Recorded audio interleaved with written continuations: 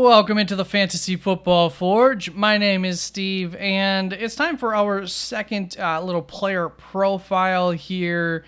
I forget what I've been calling them, but you get the idea. We're going to look at Zamir White, and we're going to look at, is he a value? Is he being drafted in the right spot? Is he maybe being drafted a little too high? I don't know. I couldn't tell you yet. No, I know my answer. We'll find out at the end of the year, of course, but what based on expectations, based on a projection, which we will walk through, is he too high, is he too low? And you can, of course, make your own assumptions. You can say, hey, I think that's a little too high of an expectation, a little too low, and thus adjust accordingly as we go along. But we want to keep this relatively quick, so let's keep going here with looking at the offseason here at the running back position for this team. Josh Jacobs leaves, goes to Green Bay. Luckily, we got to see Zamir White 4 games last year. Not a huge sample size, but he performed. You'll see if you look at the stats, I mean, basically at the same level in every way, really, as Josh Jacobs did in his 5-game stint under this offense, under the Antonio Pierce offense. Alexander Mattison was added, I believe, as like the backup to Zamir White, and Dylan Lobb was drafted, and I believe as the backup to Amir Abdullah, being much more of a receiving back than anything. So there's the offseason. For me, I don't really get any kind of threats to Zamir White's workload that I'm concerned about. Now, when we look at Antonio Pierce's rushing offense, here's the total rushing attempts per game, but let's take this down and let's just look at the rushing attempts by the running back position only per game. And when we do that, while Zamir White was the lead rusher, the running backs as a unit had a total of 25, 23, 24, 25 rushes. There you can see Josh Jacobs' numbers in his 5 games. Once again, just looking at the 9-game span that Antonio Pierce was leading the team. Now, he is a defensive mind, and that's something that we'll come back to at the end of the video, but this is what this offense looked like under his tutelage, ultimately. Then Zamir White, on average in those 4 games, was 24 rushing attempts per game. Sorry, not Zamir White, the running back position. So all in all, under Pierce, 23 rushing attempts per game on average was what was happening throughout his 9-game span as the head coach. Now, when we look at what percentage of those rushes were actually from the lead rusher, which for 5 games, of course, was Josh Jacobs, for 4 games was Zamir White, you can see on the screen those numbers. When we look at those individual numbers, you can see they're very close yet again. Ultimately, Antonio Pierce, roughly 88% of his running back carries were by the lead running back. So not much of a split there, and especially in this day and age. And that's going to give us our 2 numbers that we need, our average rushing attempts per game and our 88% by the lead rusher, which we assume that Zamir White will be. And we multiply those 2 numbers to get 20.25 average attempts per game is what we can expect from Zamir White, based on last year's results, of course. Once again, we are working on limited sample sizes here with this player. Yards per carry and his sample size, 4.3 yards per carry. So that's a good solid number. Gives us another number that we can get one step closer here on our projection. The expected rushing yards per game, you take our 20.25 attempts per game, multiply that by the 4.3 yards per carry, and you get about 87 rushing yards per game. Actually, I think this number was like exact, if I recall correctly.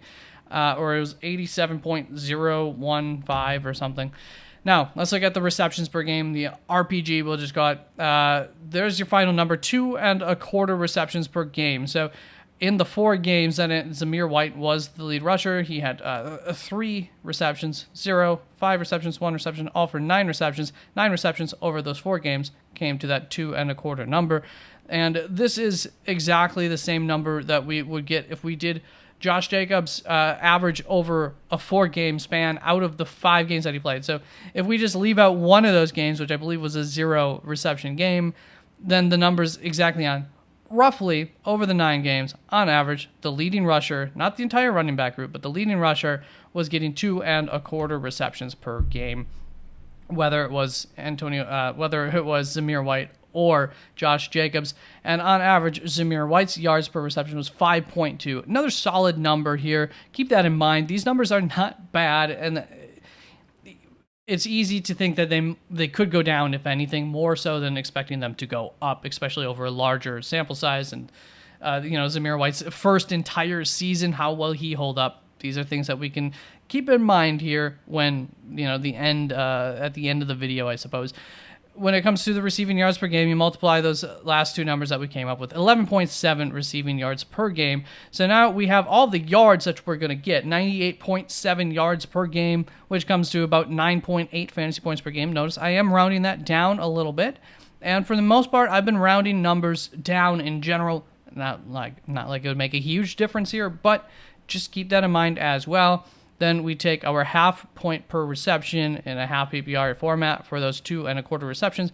We get roughly 1 fantasy point per game. Once again, that is rounded down as well, which brings us to 9.8 plus 1 equals 10.8 fantasy points per game on average. And that is before we have even taken touchdowns into account, which comes to, in 2023, that would have been the RB27 / running back 28 finish, on average per week finish, actually. Which, as a reminder, he's going as the running back 24, if you're not familiar with that. So almost dead on without any touchdowns. I think that tells you where we're heading to here. Once we look at some rushing touchdowns, first of all, looking at under Antonio Pierce last season, 4 rushing touchdowns over the 9 games is all that he had between both Josh Jacobs and Zamir White, which comes to 0.45 rushing touchdowns per game. Multiply that by the 6 fantasy points that a touchdown will get you. You get 2.6 fantasy points per game on average. So now we could add that to our 10.8. That's going to bring us to 13.4 fantasy points per game, which would equal on average the running back 17, according to the finishes of every player in 2023. Could be 1 or 2 guys in there with really small sample sizes. Not like this one isn't a smaller sample size as well, though. So keep that in mind. But that's not a high rushing total. If we look at the average rushing touchdowns per game in the NFL by teams, that comes to 0.08 rushing touchdowns. We're not going to go with that number. We went with 0.8. We went with 0.625. Multiply that by our 6 points per touchdown, gets us to 3.75. Multiply that by our 10.8. And that brings us to 14.5 points per game, which would be the running back 9. So just a couple of notes here. The reason that we went with 0.625 was that 0.8 would be a top 5, essentially, like top 6, top 7 type of running back number. That would be 12 to 13 rushing touchdowns over the entirety of the season, just to give you an idea. So we lower that down to a more manageable number. 10 rushing touchdowns over 16 games was that 0.625 number. And, of course, this 14.5 was fantasy points per game, and running back 9 was based on 2023 numbers. So is ADP 81 overall, running back 24 justified? And in my opinion, no, it's not. That's too low. I think that he is being drafted at his floor, possibly even below that. He should be consistent with a top 10 type of ceiling. And I mean, week in and week out, I think that he'll be consistent because I'm expecting this, somewhere around 20 or more touches per game based on these projections. Now, that brings into mind some changes that did happen with this staff. If I'm wrong, why is that going to be? Because we brought in a new offensive coordinator. It's not the same guy making the play calls here. It's Luke Getsy. Now, in my opinion, this doesn't really concern me too much because I think that Pierce wants to pound the ball, and I think that Luke Getsy is a guy that you bring in as kind of a patsy. I don't know if that's the best word for it, but sometimes you talk about these quarterbacks who are system quarterbacks. Like Luke Getsy, you bring in to just execute the plan. He doesn't bring his own philosophy. The philosophy is Pierce. He wants to run the ball, wants to play hardball. Luke Getsy, your job is to just come in and execute that plan. What concerns me a little bit, his experience in Green Bay, more of a split backfield, but I think with the New York Jets, that was really a Breece Hall-led field throughout most of the season. He started out with Antonio Pierce and Breece Hall, but there's a lot of reasons for that. And it really, still even at that point, was largely Breece Hall. So I just think unless they really nailed it with like Dylan Lobb, you're not going to see too much of a shared backfield here. So that doesn't concern me. And I just want to leave off with a couple of quick quotes here from Antonio Pierce. It says, I'm a former player. I touch former players. I can relate to them. They're going to feel me. I need to feel them. Antonio Pierce, not only, I think, a good head coach. I think he's going to be pretty good. But he's still young. He might not be very good as a head coach until like his second job. But he's also a poet. You can't come up with words like that out of nowhere. So thank you very, very much for tuning on in. Please don't forget to drop a like, comment, subscribe. Let me know who else do you want to see me do this offseason before your draft gets underway. And I will see you soon enough. Peace out.